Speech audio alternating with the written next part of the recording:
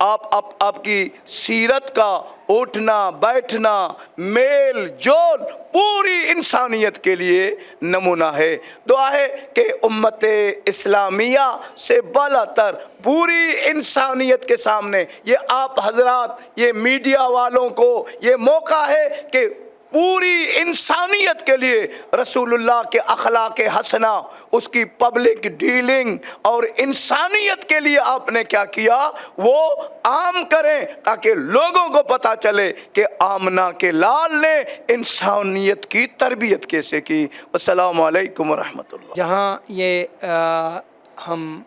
نعت سن رہے تھے تو وہاں پر نعت کے بعد اگر امام علی علیہ الصلوۃ والسلام کا قصیدہ بھی سننا ضروری ہے، اسی سے ہی محفل کی رونق بھی بڑھتی ہے اور اس کے علاوہ محفل ادھوری رہتی ہے۔ تو ہم اس وقت دعوت دیں گے شوکت علی کو کہ وہ ہمیں قصیدہ سنائیں امام علی علیہ الصلوۃ والسلام سے۔ علی کا نام میری بندگی ہے، علی کا پیار میری زندگی ہے،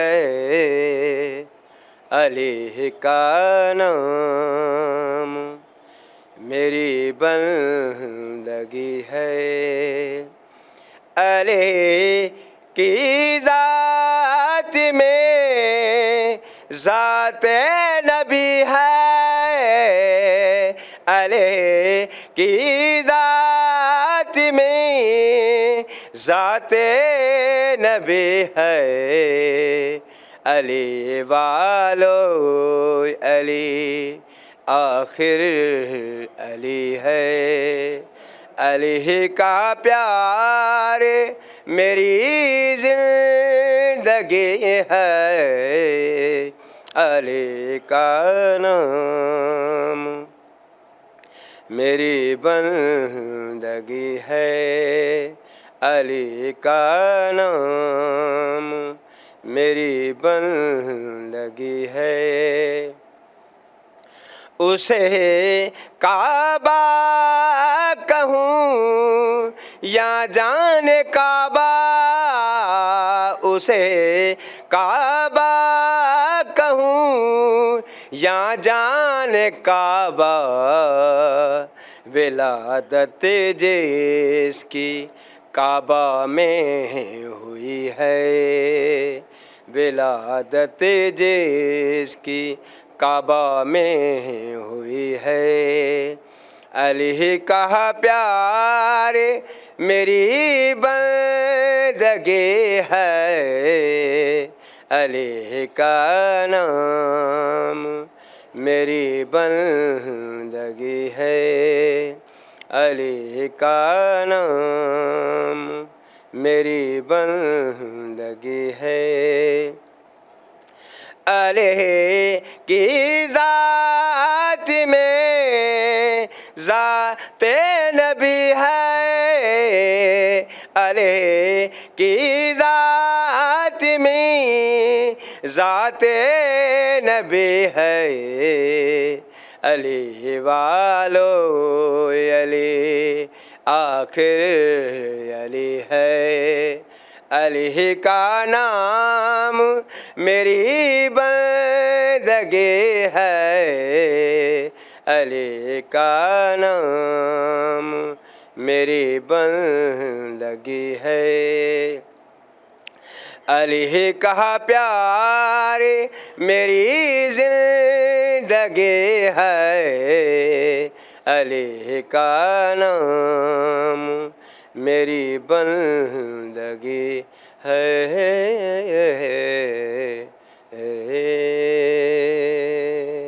ماشاءاللہ، یہ ہمارے ساتھ تھے شوکت علی جو قصیدہ امام علی علیہ السلام کا سنا رہے تھے، اور آخری نعت خوان ہمارے پاس جو موجود ہیں ان کا نام ہے غلاب علی، اور میرا خیال ہے یہ اہل بیت ٹی وی پہ میرا خیال ہے کئی مرتبہ ہمارے پروگرام میں بھی پہلے آ چکے ہیں، اور جہاں تک شوکت علی کا تھا لاسٹ ٹائم ہمارے وہ بھی پروگرام میں موجود تھے، اور اس وقت ہم دعوت دیں گے غلاب علی کو کہ ہمیں وہ آئیں اور نعت سنائیں۔ آپ کی شان ہے، کیا شان ہے مدینے والے، ہو آپ کی شان ہے، کیا شان ہے مدینے والے، آپ ہیں وارث، آپ ہیں وارث قرآن مدینے والے، ہو آپ کی شان ہے، نام لکھ کر تیرا تعویذ کی صورت باندھا، نام لکھ کر تیرا تعویذ کی صورت باندھا، ہم ہوئے جب بھی پریشان مدینے والے، ہو آپ کی شان ہے، کیا شان ہے مدینے والے، میں تو کیا آپ کے صدقے میں میرے بچے سارے، میں تو کیا آپ کے صدقے میں میرے بچے سارے، میرے ماں باپ بھی قربان مدینے والے، وہ آپ کی شان ہے، کیا شان ہے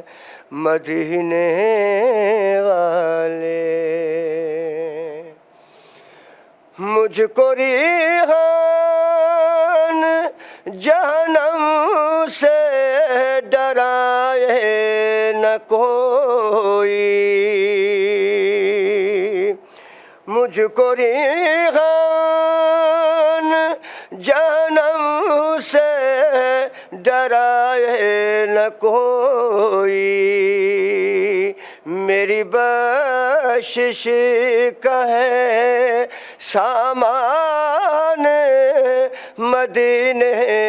والے، وہ آپ کی شان ہے، کیا شان ہے مدینے والے۔ اس وقت ہمارے ساتھ مولانا امداد حسین شجاعی صاحب موجود ہیں اور آخری کمنٹس ہم ان سے انشاءاللہ لیں گے۔ بسم اللہ الرحمن الرحیم۔ عموماً لوگوں کے ذہنوں میں یہ سوال اٹھتا ہے کہ فقہ جعفریہ کوئی الگ قانون ہے، خدا کے قانون مصطفیٰ کی شریعت کے علاوہ کوئی قانون ہے؟ اگر ہم اس کو فقہ محمدیہ کہیں یا قانون الہی کہیں، واقع یہ لوگوں کی غلط فہمی ہے۔ فقہ جعفریہ کوئی الگ قانون نہیں ہے، کوئی نیا نظام نہیں ہے، یہ وہی خدائی قانون ہے، وہی شریعت ہے جو مصطفیٰ نے لائی تھی، جو انسانیت کے لیے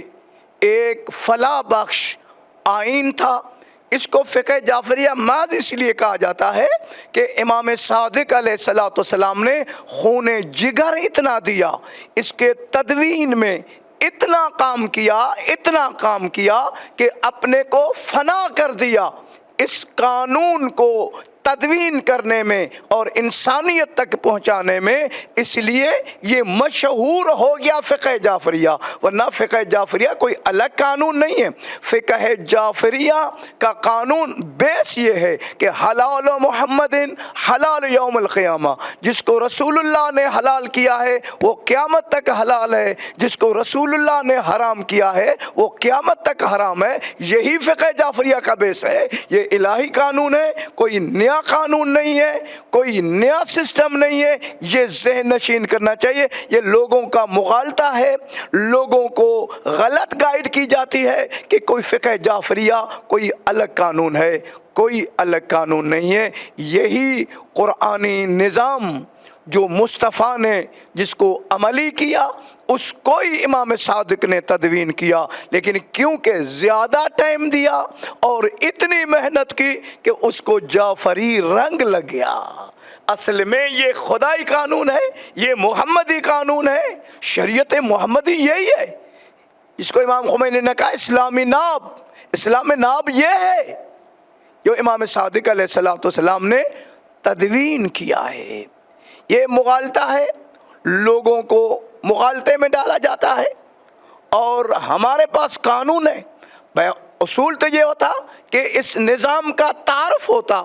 کہ امام صادق نے تدوین نظام کس طرح کیا، اپنے اسلاف کے احادیث کو کس طرح جمع کیا، اور اس قانون کو عملی صرف نہیں کیا بلکہ شاگردوں کی تربیت کی کہ تاکہ وہ یہ قانون، یہ نظام، یہ شریعت محمدی، یہ الہی قانون انسانیت تک پہنچائیں۔ امام نے مبلغ تیار کیے، یہ کوئی الگ بات نہیں، اس لیے مبلغ بھی تیار کیے، اور اس سیل میں نظریاتی لحاظ سے امام نے بہت سے مناظرے کیے، خدا کی وحدانیت کے اوپر، اللہ کی عدالت کے اوپر، اور مختلف دہریوں سے، کمیونسٹوں سے خدا کے وجود کے اوپر امام کے مناظرے۔ میں نے پہلے عرض کیا تھا پہلی نشست میں کہ امام کے اوپر ایک مستقل پروگرام ہونا چاہیے، امام کے وہ مناظرے، چاہے وہ توحید مفضل ہو، چاہے ابن اویجا ہو، چاہے عبداللہ دیسانی کے ساتھ امام کا مناظرہ ہو، ان کو بیان کیا جائے۔ میرا خیال ہے کہ کافی ٹائم ہو گیا ہے، کہ دعا ہے خدا